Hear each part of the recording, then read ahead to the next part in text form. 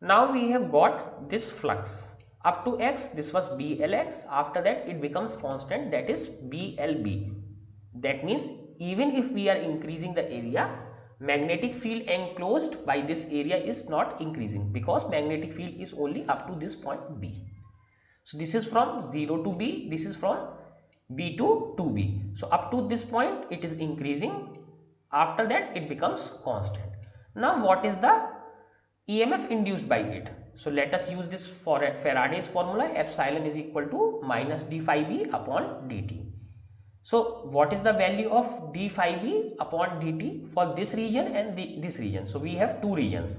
So first case, same thing, B and L are constant and we have to differentiate this. So there is a minus sign and we have to differentiate. So differentiation dx by dt. So what we get? Minus BLV. This is what we get. So this is for region 0 to x to B. So in this region it is minus BLV. Now what happens after that? Since this is a constant, we get 0 induced EMF. Initially we are getting this EMF minus BLV, after that 0.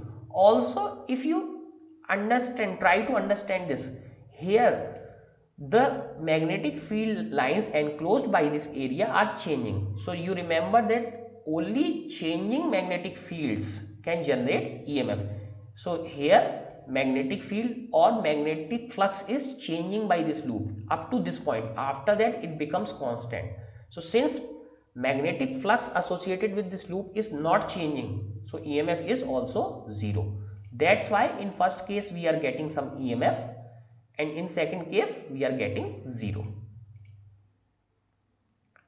Now when the induced EMF is non-zero, so now we have to calculate I.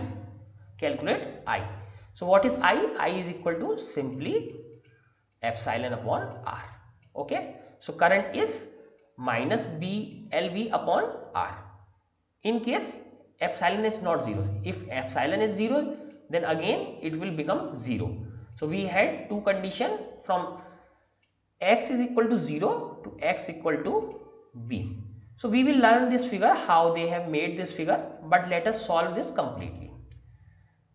Now the force required to keep the arm moving in a constant motion. So we need a force, because if we are moving in this direction, so there will be a force which will try to stop its motion, because the force arises that wants its position not to be changed. The force required to keep this arm PQ in constant motion is ILB. So we have seen what is the force. Force is BIL or ILB. Its direction is to the left. So this is the force that is arising. So now we need some more force to keep it pulling. Now what is the magnitude of this? So F is equal to ILB, and what we have calculated, I is equal to BLV upon R. This is the value of I. Now let us multiply with IB. So B square L square, B square L square V upon R. So this force is B square L square V upon R. So this is only for this initial position up to B. After that we have seen I itself become 0. Now L is not 0, B is not 0, but I is 0. So in the second region after B, we don't need any force. We don't need any force. So initially force is equal to BIL, and value of I was BLV. So let us put BLV upon R.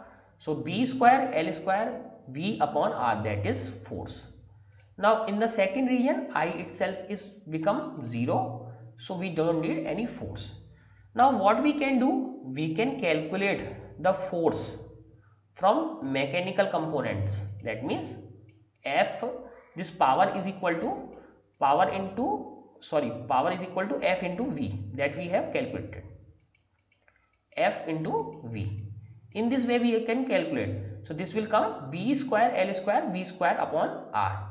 Okay, but we have to calculate it through Joule heating. So Joule heating is I square R, value of I is B square L square V square upon R. Again, value of I is B L V upon R. So this is value of I. So Joule heating is I square R equal to square of this and 1 R. So when we square, so what we get? B square L square V square upon this R square and 1 R. So what we can see, whether we use this mechanical energy method or Joule heating method, we are getting the same formula for power, same notion for power, from X is equal to 0 to B. Now what happens in the next case? Since I itself is 0, so power is 0. So now we have got all the values. Once one can obtain similar expression for inward motion from X is equal to 2B. So now what we have done in first case, so this was our loop. So we have started from this point and we are moving in this direction from X is equal to 0. This was point B, this was point 2B. Now what we can do, one can appreciate, now we can do the inward motion. Similarly we can do the inward motion in the same direction. So what was our velocity? Velocity was V. Now we are moving the inward. So what will change? Only the velocity. So this V will be replaced by minus V, and all the quantities, magnitude will remain same, only the sign will change. Positive will change into negative. One can obtain similar expression for the inward motion of X is equal to 2B to X is equal to 0. But now we are moving from X is equal to 2B to X is equal to 0. Only thing is changing is velocity is in opposite direction. One can appreciate the whole process by examining the sketch of various quantities displayed in this figure. Now we see how this figure is drawn. Okay, let us see. So this, we have this figure. So we have this axis here. This is 0. This is B. This is 2B.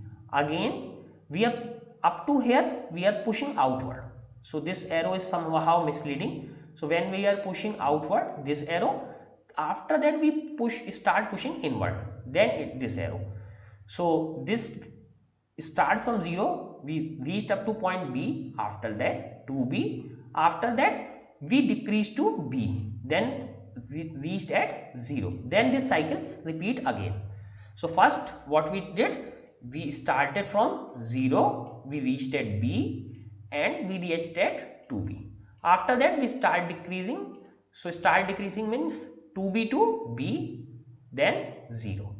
So this whole graph is made on same scale, same graph. That's why it is like this. Now let us see. So first quantity is flux. So what was flux? Flux was BLX. Initially it was increasing from 0 to B. 0 to B. This was increasing. So here you see, as this distance is increasing, this flux is also increasing. This first graph is for flux. This is also increasing. Once this reached at this point, this flux became constant. Okay, this became constant. Now what happened in the second time? So when it start inward motion, so again up to this B, this flux remain constant, because till this reaches this point B where magnetic field starts, there is no change.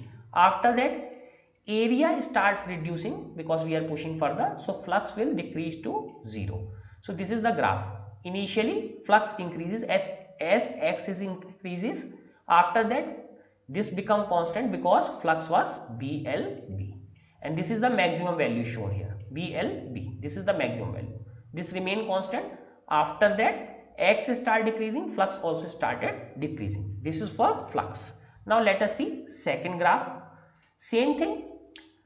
outward motion, inward motion, 0, B, 2B, B, 0. So what we have? So when we differentiated this quantity, when it is changing, that means it is changing. So we got an EMF. But EMF was in negative direction. So negative direction, we have shown this EMF, and here you see B, L and V, all three were constant. So we got constant EMF. But as soon as this flux become constant, we get 0 EMF. Why? Because differential of a constant is 0.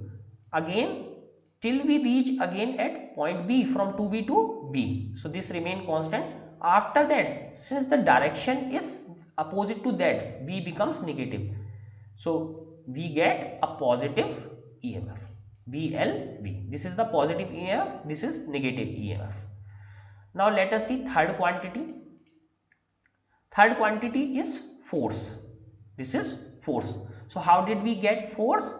We simply take B into IL, and I we have calculated. In the first case, force is also negative because current is negative. Okay, current is negative. This EMF is negative, current is negative. Current is simply epsilon upon R. So current is negative and B and L have fixed directions. Now after that, once we reached from this 0 to B point, that remains constant up to this point where we have reached again to this inward motion. Then we have to put force in this direction. Okay, so this is in opposite direction. This is positive force, B square L square V upon R. This is negative force. Now power can never be negative because in formula of power there was I square. Okay, in the formula of power there was I square. Even if you make it positive or negative, so accordingly velocity, direction of velocity will also change when you convert it into power. So power is always positive, B square L square V square. So up to this point we have a power, and after that, since there was no flux, current was 0, no power, then again same type of power was there. In this way we solved this example. Please solve it completely, understand it completely, because it is the one of the most important questions, example questions.